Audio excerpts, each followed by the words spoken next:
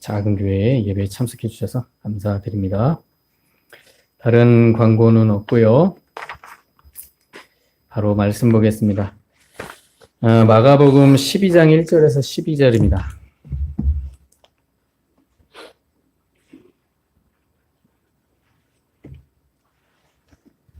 마가복음 12장 1절에서 12절입니다.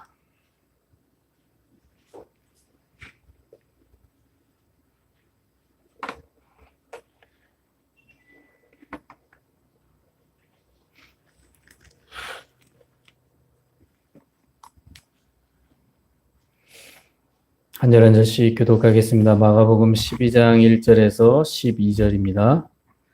예수께서 비유로 그들에게 말씀하시되 한 사람이 포도원을 만들어 산 울타리를 두르고 집자는 틀을 만들고 망대를 지어서 농부들에게 새로 주고 타국에 갔더니 내가 이르되 농부들에게 포도소출 얼마를 받으려고 한 종을 보내니 그들이 종을 잡아 심히 때리고 거저 보내었거늘 다시 다른 종을 보내니 그의 머리에 상처를 내고 응용하였거늘 또 다른 종을 보내니 그들이 그를 죽이고 또 그 외에 많은 종들도 더러는 때리고 더러는 죽인지라.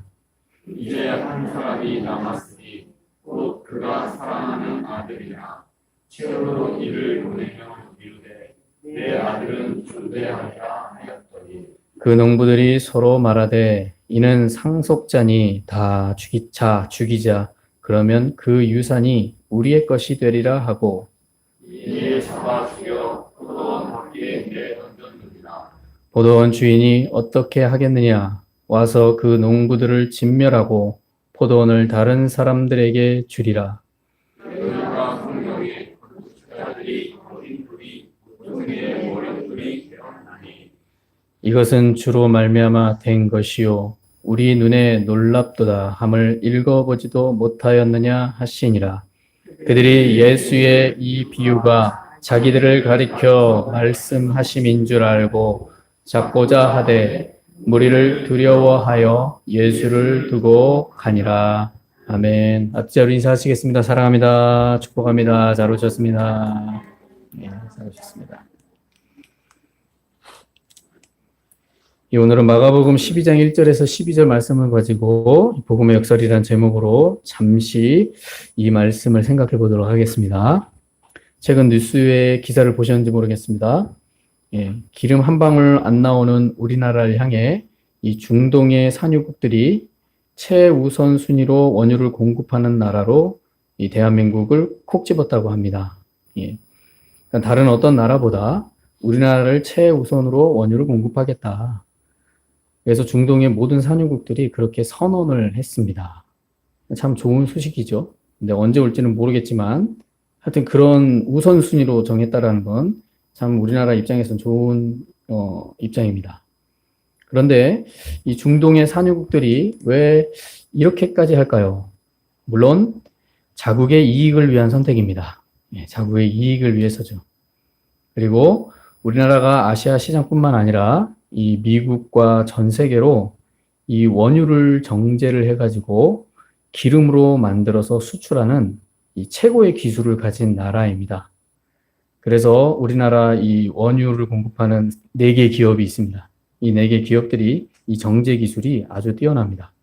그래서 중동의 원유를 수입해서 그 원유를 정제해가지고 저와 여러분이 잘 아는 휘발유, 경유, 등유, 선박유, 심지어 항공유까지 그 외에 찌꺼기로 나오는 뉴스로 보셨는지 모르겠지만 나프타 그 외에 석유 가공 원료를 이 수입한 원유에서 뽑아내서 최고의 원유를 뽑아내는 최고의 기술을 가진 나라가 우리나라라는 사실입니다. 대단한 나라입니다. 심지어 이 미국의 항공유죠. 그러니까 비행기죠. 비행기부터 시작해서 전투기까지. 그 항공유를 70%나 공급하는 나라가 우리나라입니다. 그래서 우리나라 원유 공장이 문을 닫고 멈추면 미국이 멈춥니다. 대단한 나라입니다. 그러나 원유를 이렇게 해주지 않으면 이렇게 아시아뿐만 아니라 미국의 공항까지도 멈춰야 하는 정말 심각한 문제가 발생할 수 있는 것이죠. 여러분, 기름 한 방울 안 나는 우리나라가 오히려 세계 석유 시장에 절대적으로 필요한 나라라는 이런 역설적인 현상을 보이고 있습니다. 그래서 중동이 제일 먼저 원유 공급하겠다, 뭐 그런 이유도 있는 것이죠. 예. 그래서 우리나라는 이런 말들을 합니다. 기술로 먹고 사는 나라다. 예. 그러니까 수출로 먹고 사는 나라라고 말을 들었을 겁니다. 그런데 수출보다 더 중요한 게 있습니다. 그 수출을 하려면 기술이 중요합니다. 그래서 요즘은 말이 바뀌었어요. 수출로 먹고 사는 나라가 아니라 기술로 먹고 사는 나라다. 뭐 이런 말을 합니다. 또한요, 최근에는 이 벤처기업 등에서 이 버려진 비닐로 기름을 만들어내는 기술을 또 개발했습니다. 예. 세계 어느 나라도 비닐로 기름을 만드는 나라가 없습니다. 예. 그걸 기술을 개발했고요. 또한 다 쓰고 폐기된 식용유까지도 고급 항공유를 만들어내는 기술을 개발했습니다. 예. 우리나라의 이 폐 식용유가 엄청납니다. 그래서 바다에 버릴 수도 없어요. 다 폐기해야 되는데 그걸 다 항공유로 만들 수 있는 기술이 벤처기업이 개발했어요. 아직까지는 뭐 대량으로 생산하진 않지만 그 기술이 벌써 개발됐다라는 겁니다. 이렇게 아무도 신경 쓰지 않는 쓰레기에 또 폐기물로 취급되는 버려진 것을 가지고 기름을 만들어내는 이런 역설적인 현상을 이루어내는 민족이 우리나라입니다. 아시는지 모르겠지만 우리나라 음식물 쓰레기는요, 100% 재활용된다는 사실을 아십니까? 100% 재활용됩니다. 그래서 유럽 같은 나라에서 그걸 견하고 옵니다. 어떻게 하는지. 우리 음식물 쓰레기 많이 버리잖아요. 근데 그걸 100% 재활용합니다.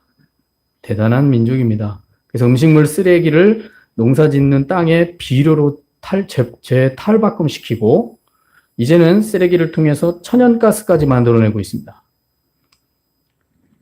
대량으로 만들어내지 못하지만 그 기술들이 다 개발됐고 그 공장들이 돌아가고 있습니다.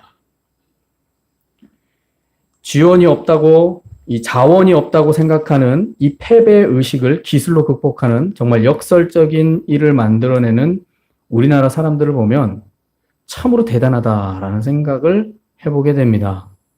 여러분, 이런 현실을 또 아셔야 됩니다. 우리나라가 기술로 먹고 사는 나라입니다. 자, 오늘 말씀해 보시면 예수님께서 농부의 비유를 말씀하십니다. 자, 이 농부의 비유를 통해 구원의 복음의 역설을 비유해서 말씀해 주셨습니다. 그래서 저와 여러분이 이 말씀 읽으면 그냥 쉽게 이해할 수 있습니다. 너무 쉬운 말씀이에요. 예수님은 비유로 말씀하시는데 결코 어렵게 말씀하시지 않습니다. 쉽게 말씀하십니다. 그래서 말씀을 들으실 때 너무 쉽지 않냐, 이렇게 생각할 수 있지만 그 쉬운 거를 사람들이 믿지 않습니다. 그 쉬운 거를 따라가지 않습니다. 그게 문제라는 거죠. 오늘 말씀의 이 비유의 말씀을 보시면 한 농부가 포도원을 만들었습니다. 그래서 포도즙 틀까지 짜는 그런 모든 장비들을 갖추었고, 이 다 갖추어진 농장을 만든 후에 이 포도원을 농부들에게 맡겼습니다. 그리고 포도원의 소출을 받으려고 이 때가 됐을 때 종을 보냈는데, 자, 농부들은요, 그 종을 심히 때리고 쫓아내버린 겁니다. 주인이 소출을 받으러 갔는데, 소출을 받으려고 종을 보냈는데, 종을 심히 때려서 보낸 겁니다. 그래도 주인은요, 너그러운 사람이라 농부들에게 총 3차례나 종을 보냈습니다. 그런데 농부들은 종을 심히 때리고 다시 돌려보내버리죠. 자, 이에 주인은 자기가 사랑하는 아들을 보내면서 내 아들을 보내면 존대할 것이다, 존중할 것이다, 이렇게 생각을 하면서 아들을 보냈습니다. 그런데 농부들은 생각하기를 이 아들 죽이고 그 유산을 빼앗자, 이렇게 말하는 거죠. 그리고 그 아들을 죽여서 포도원 밖으로 내던져 버렸습니다. 자, 이러한 상황에서 예수님이 이렇게 말하죠. 포도원 주인이 그 농부들을 어떻게 하겠느냐. 당연히 진멸하죠. 예, 내 아들 죽였는데 가만히 두겠습니까? 저와 여러분 같으면 자기 가족 죽였는데 가만히 있겠습니까? 가만히 안 있죠. 예, 아무리 성품이 좋은 분이라도 자기 가족을 건들면 가만히 안 둡니다. 예. 그래서 농부들을 진멸하고 포도원을 다른 사람들에게 주게 된다라는 비유의 말씀을 하십니다. 자, 이 포도원 농부에 대한 비유는요, 딱 들어보면 알 수 있죠. 이게 누굽니까? 예수님이죠. 하나님이 예수님을 보냈지만 그들을 다 죽였다. 그래서 하나님이 그걸 어떻게 처리하셨느냐? 당연히 심판하겠죠. 자, 이 비유의 말씀을 하셨습니다. 그리고 예수님께서 이 포도원 농부에 대한 비유를 말씀하신 것은 자기 자신이 걸어야 할 길에 대한 말씀을 비유로 말씀하신 것이죠. 그래서 우리는 이 말씀을 보면 아주 쉽게 이해할 수 있습니다. 그런데 여기서 중요한 것이 있습니다. 그게 뭐냐면 이 비유들은 당시 유대 종교 지도자들인 이 자신들을 향해 한 말이라는 사실을 이 지도자들은 알았어요. 12절에 보시면 마지막 12절에 이렇게 말하죠. 그들이 예수의 이 비유가 자기들을 가리켜 말씀하신 줄 알고 잡고자 하되 무리를 두려워하여 예수를 두고 가니라. 자, 심지어 종교 지도자들이 예수님이 하신 이 농부의 비유의 말씀을 자신들을 한 말이다라는 걸 알아들었어요. 예. 자, 예수님은 포도원의 비유를 통해 당시 유대 종교 지도자들의 이 마음에 품고 있는 그들의 사악한 생각을 들춰내신 겁니다. 예. 그러니까 마음 안에 생각하는 걸 찔리게 만드신 거예요. 그러니 그들 스스로가 우리에게 한 말이네? 이렇게 이해를 하는 거죠. 그럼 당연히 너희들에게 한 말이지. 그럼 누구한테만 한 말이겠습니까? 그 마음의 사악한 생각들을 들춰내버린 겁니다. 비유를 통해서. 그런데 그 마음 안에 악한 계획이 들춰졌다면 어떻게 해야 됩니까? 회개해야죠. 이게 순서입니다. 그런데 오히려 예수님을 죽이려고 계획을 세우고 그 계획을 더 확고하게 가지면서 무리가 무서워서 할 수 없어서 그냥 가버렸습니다. 예. 예수님 무시하고 가버렸습니다. 자, 이 이야기에서 예수님은 이런 말씀을 하십니다. 오늘 10절, 11절에 보시면 너희가 성경에 건축자들이 버린 돌이 모퉁이의 머릿돌이 되었나니 이것은 주로 말미암아 된 것이요 우리 눈에 놀랍도다 함을 읽어보지 못하였느냐 하시니라. 당시 종교 지도자들은 예수님을 자신들이 생각하는 메시아라고 생각하지 않았습니다. 왜냐하면 자신들이 생각하는 메시아는 정치적 메시아이어야 됩니다. 예. 로마의 이 팍스 로마를 무너뜨리고 자신의 다윗의 왕국을 다시 세워야 된다는 거죠. 그런 메시아이어야 되는 거예요. 그런데 예수님을 보니까 볼품없고 시골 촌뜨기 같이 온 사람인데 농부의 비유를 말씀하시면서 뭐 간혹가다 병자 치유하고 능력을 행하는 모습은 있지만 세력적인 면에서는 정치적인 면에서는 전혀 그런 것과 관련 없는 사람이에요. 그러니 그들이 생각하는 메시아로 생각되지 않는 거죠. 그래서 무시했고 예수님을 버렸습니다. 마치 건축가가 쓸모없다고 버린 돌이 건축 모퉁이의 머릿돌이 되는 현상과 같다라는 겁니다. 당시 건축 기술에 있어서 이 모퉁이의 기둥이 흔들리지 않게 이 단단하게 하기 위해서 기둥 밑에 이 머릿돌이 참으로 중요합니다. 그래서 머릿돌이 정말 투박하고 볼품이 없어 보여도 이 기둥을 버텨주는 이 중요한 재료이기 때문에 아주 튼튼해야 됩니다. 볼품 없지만 아주 튼튼해야 돼요. 그걸 머릿돌이라고 합니다. 겉으로 봤을 땐 정말 볼품 없는 돌입니다. 그냥 큰 돌이에요. 그리고 건물이 완성되면 그 모퉁이의 머릿돌은 어떻게 되냐면 땅 밑에 있기 때문에 누구도 신경 쓰지 않습니다. 머릿돌이기 때문에. 그러나 건물의 가장 중요한 핵심 축입니다. 이것이 모퉁이의 머릿돌입니다. 기둥을 지탱해주는 중심축이에요. 예수님께서 이 말씀을 하신 것은 모퉁이의 머릿돌이 자기 자신임을 밝히신 겁니다. 그러니 예수님이 무너지면 다 무너진다는 거예요.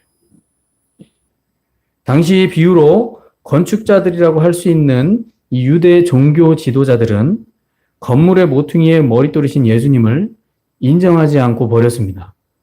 여러분, 건물의 기둥의 기초석이 머릿돌인데 그걸 인정하지 않고 버리면 건물이 설 수 있습니까?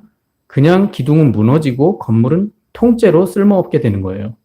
근데 유대의 이 종교 지도자들은 그 모퉁이 돌이신 예수님을 인정하지 않고 버렸습니다. 그럼 어떤 결과가 초래될지 뻔하죠. 그러나 그 머릿돌이신 예수님은 건물의 가장 중요한 핵심입니다. 종교 지도자들은 자신들이 버린 예수님이 가장 중요한 머릿돌이라는 사실을 몰랐던 것이 아닙니다. 몰랐던 것이 아니라 인정하기 싫었던 겁니다. 그래서 본문을 잘 살펴보면요. 이 종교 지도자들이 모르는 게 아니에요. 알아요. 비유를 다 이해했어요. 자신들에게 하는 말이라는 걸. 그러니까 다 알아요. 모르는 게 아니에요. 그런데 인정하기 싫은 거예요. 왜냐하면 예수께서 말씀하신 농부의 비유와 오늘 머릿돌 이야기를 들으면서 12절에서 자신들을 향해 한 말이라는 사실을 알았기 때문입니다. 이걸 뭐라고 합니까? 알면서 짓는 죄라고 합니다. 고범죄라고 하죠. 아는데 그냥 버리기 싫은 거예요. 그 죄를. 그래서 짓는 겁니다. 그래서 모르고 지은 죄보다 알고 지은 죄가 더 크다고 하죠. 알면서 인정하려 하지 않고 예수님을 죽이려고 한 겁니다. 이게 유대 종교 지도자들의 모습이고, 이러한 종교 지도자들은 예수님을 인정하지 않고 무시를 했지만, 그 예수님은 역설적이게도 구원을 이루신 메시아이셨던 것이죠. 이것이 복음의 역설입니다. 하나님의 구원의 메시아로 예수님께서 이 세상에 오셨어요. 그리고 아브라함의 때부터 택한 이 자기 백성들에게 보이셨어요. 그런데 자기 백성들이 그 예수님을 알아보지도 못하고 또 인정하지도 않고 버렸습니다. 그러나 그 버림받은 예수님이 건물의 모퉁이에 머릿돌같이 되어서 십자가의 대속으로 모든 사람들의 죄사함을 이루어 구원의 길을 여신 겁니다. 자, 예수님께서 이 말씀을 통해서 예수님이 걸어가야 하는 길이 어떤 길인지를 분명하게 보여주신 겁니다. 이게 복음의 역설입니다. 이해할 수 없지만 이게 복음의 역설이에요. 그래서 하나님의 뜻인 복음을 완성하는 길은 이 사람들이 생각하는 어떤 우러러보고 또 환영받고 추대받는 그런 화려한 길이 아닙니다. 우리는 착각하면 안 됩니다. 예수님이 걸어가신 복음의 길은요, 사람들이 우러러보고 환영받고 추대받는 화려한 길이 전혀 아닙니다. 오히려 외면받고요, 무시당하고 멸시받으면서 이 죄사함을 이루어가는 것이 하나님의 구원의 방법이셨습니다. 그래서 복음의 역설이라는 거예요. 왜냐하면 더러운 죄로 말미암아 이 사망에 이를 수밖에 없는 사람들을 위해 그 더러운 죄사함을 받기 위해서 사람들이 우러러보는 화려한 방식이 아니라 멸시받고 천대받고 외면받고 조롱받는 인간의 죄의 추악한 모습을 다 겪어내면서 이루어야 하는 길이기 때문입니다. 그래야만 되는 거예요. 왜 그래야만 하는지 이해할 수 없다고 생각할 수도 있을 겁니다. 그렇지만 중요한 것은요, 그렇게 하지 않으면 죄사함을 받을 수가 없습니다. 유대의 제사를 보시면 아시겠지만 하얀 양을 제사로 드릴 때 어떻게 합니까? 그 양을 칼로 잡죠. 그리고 그 양의 털을 다 벗겨내고 내장을 다 쏟아내고 고기를 다 각을 떠서 제단에 올려 불을 태워 속죄를 합니다. 그 이쁜 양이, 그 흠없어 보이는 하얀 양이 피에 흥건해져서 제단에서 불태워집니다. 예수님이 지금 그렇게 돼야 된다는 거죠. 근데 이해할 수 없는 거예요. 왜 그렇게 해야만 하는 거냐라는 거죠. 왜냐하면 그 길만이 구원받을 수 있는 길입니다. 그래서 믿는 자의 구원은요, 제가 이렇게 표현을 해봤습니다. 믿는 자의 구원은요, 진흙탕 같은 질퍽한 죄의 진흙에서 아무 죄도 없으신 예수님께서 그 죄의 진흙에서 굴러야만 해결되는 문제입니다. 예수님이 거기서 굴러야 돼요. 그래야만 해결되는 문제예요. 그래야만 해결되는 문제입니다. 그러니 누가 그런 모습을 보면 신경이나 쓰겠습니까? 누가 알아주겠습니까? 오히려 더럽다고 침뱉고 더럽다고 사람들이 피할 겁니다. 세상 사람들이 우러러볼 만한 능력을 밝히 드러내시면서 감히 사람들이 범접할 수 없는 어떤 위대한 권능의 빛으로 구원을 이루시지 않고 가장 보잘것없는 가장 연약한 육신의 모습의 고통을 십자가에서 겪으시면서 하나님의 뜻인 모든 사람의 구원을 그 피로 이루셨습니다. 이것이 복음의 역설입니다. 알만한 종교 지도자들은 못 알아보게 하셨고 또 심지어 알면서도 모른 척하며 예수님을 외면했습니다. 이렇게 예수님은 하나님의 구원의 복음을 이렇게 드러내셨습니다. 아무런 빚도 없이 인정받는 어떤 것도 없이 외면을 받으면서 구원의 모퉁이의 머릿돌이 되셨습니다.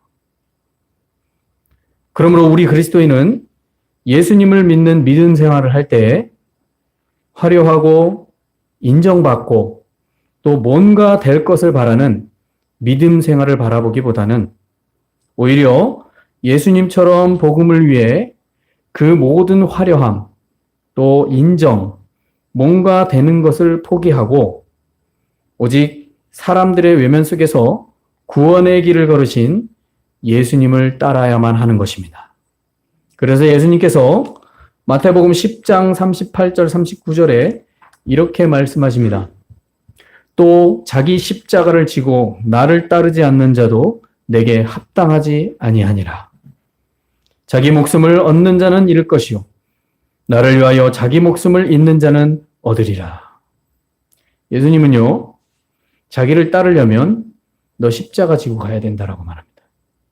예수님이 구원의 십자가를 다 완성하셨어요. 그래서 우리는 예수님을 믿으면 구원의 자녀가 됩니다. 그런데 세상을 살아가면요, 우리만의 지어야 할 십자가들이 있습니다. 때로는 선택을 잘못해서, 때로는 어떤 나와 상관없는 상황 속에서 억울하게 짊어져야 하는 상황이 벌어질 수 있습니다. 그래서 그 자기 십자가를 지어야 되는 거예요. 그리고 그 십자가를 지면서 주님을 따라가야 되는 거예요. 그래서 예수님이 말합니다. 자기 십자가를 지고 나를 따르지 않는 자도 내게 합당하지 아니하다. 여러분, 우리는 착각하면 안 됩니다. 예수님을 믿는 사람은 예수님의 가르침을 올바르게 알아야 됩니다. 예수님 믿어서 고생하기 싫어요. 예수님을 잘못 알고 계신 겁니다. 예수님은요, 구원을 약속하셨어요. 자신의 육체의 죽음으로. 그래서 예수님을 믿으면 구원을 받습니다. 그런데 세상을 살아가면서 사람과 부대끼고 세상에 접해 살아갈 때 어려움이 없습니까? 예수님 믿는데 어려움이 없습니까? 어려움이 있죠. 그러나 그것이 내 잘못이든 아니면 내 잘못이 아니든 겪게 되는 일이 벌어집니다. 그럼 어떻게 해야 됩니까? 믿음으로 극복해야죠. 그게 자기 십자가입니다. 믿음을 지켜나가다가 어려움을 겪을 수 있습니다. 그거 극복해야죠. 왜요? 그분에게 있어서는 그분이 견뎌낼 수 있는 자기 십자가입니다. 그래서 예수님이 말한 겁니다. 자기 십자가를 지고 나를 따르지 않는 자도 내게 합당하지 않다. 참으로 무서운 말씀이죠. 그러나 그 십자가를 지면 주님이 대신 지어주십니다. 이 사실을 우리는 또 알아야 되는 거죠. 그래서 예수님의 가르침을 올바르게 알아야 됩니다. 그래서 자기 마음에 맞는 방식으로 성경에 나오는 예수님의 가르침을 마음대로 해석하면 안 됩니다. 예수님은 분명히 자기 십자가를 지라고 하셨어요. 그래서 우리 믿음이 있는 사람들은 이 말씀을 이해할 수 있어요. 그러나 믿음이 없고 이제 믿음이 시작되는 분들은 이게 잘 이해가 안 돼요. 왜 예수님 믿으면 복 받고 잘 된다며 이렇게 이해를 하거든요. 근데 성경은 그것만 말하고 있는 게 아닙니다. 그런 은혜의 길을 걸어가려면 십자가를 지어야 돼요. 그걸 우리는 은혜의 십자가라고 말을 하죠. 그래서 예수님의 가르침을 정말 자신의 마음에 맞는 방식으로 해석해서는 안 됩니다. 그래서 마음의 양심의 말씀을 들을 때 마음의 양심에 찔리고 또 마음의 송사가 나타나도 오히려 예수님의 정확한 말씀에 귀를 기울여야 그 영혼이 살 수 있는 법입니다. 예. 범죄자가 죄가 드러나야 그 죄를 시인하죠. 죄가 안 드러나면 끝까지 부인합니다. 그게 범죄자의 성향이죠. 마찬가지로 우리의 더러운 죄가 예수님의 말씀을 통해서 들통이 나야 돼요. 마음속에 양심의 가책이 느껴져야 되고 송사가 나타나야 돼요. 그래야 회개할 것이고 그래야 그 영혼이 살 수 있는 겁니다. 그게 자기 십자가입니다. 듣기 싫은 얘기도 있고 마음에 찔리는 얘기를 들으면 거부하고 이게 지금 종교 지도자들의 모습입니다. 12절에 보십시오. 자기들에게 한 말이라는 걸 알았어요. 찔리는 거죠. 마음에 송사가 일어나는 거죠. 그러면 어떻게 해야 됩니까? 회개해야죠. 회개 안 합니다. 그 말씀하신 예수님을 버립니다. 외면해 버립니다.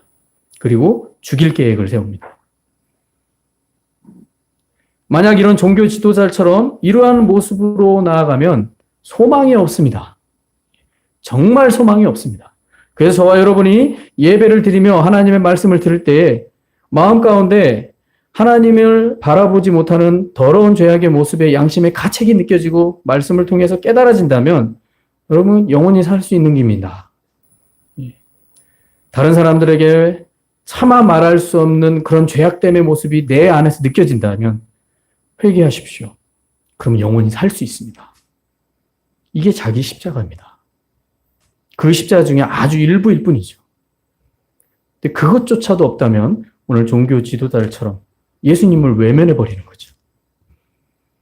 그러므로 구원의 복음을 이루신 이 예수님의 십자가의 구원의 역사를 우리가 생각하면서 우리의 믿음 생활이 정말 예수님의 십자가의 구원이 없었다면 아무 소망이 없다는 사실을 마음에 새기셔야 됩니다.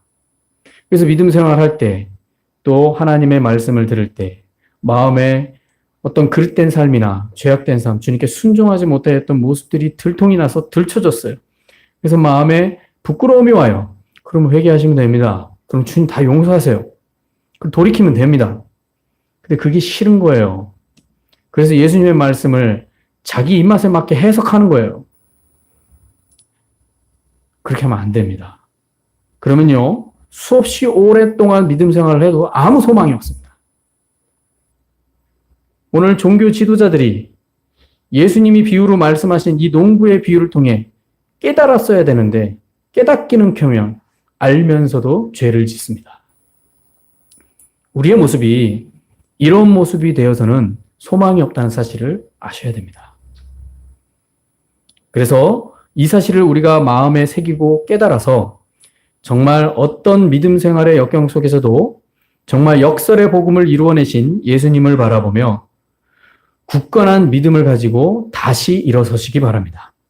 그래서 그렇게 주님께 영광을 돌리는 정말 복음의 역설의 주인공이신 예수님을 따라가는 저와 여러분 되시길 예수님의 이름으로 축원합니다. 기도하시겠습니다.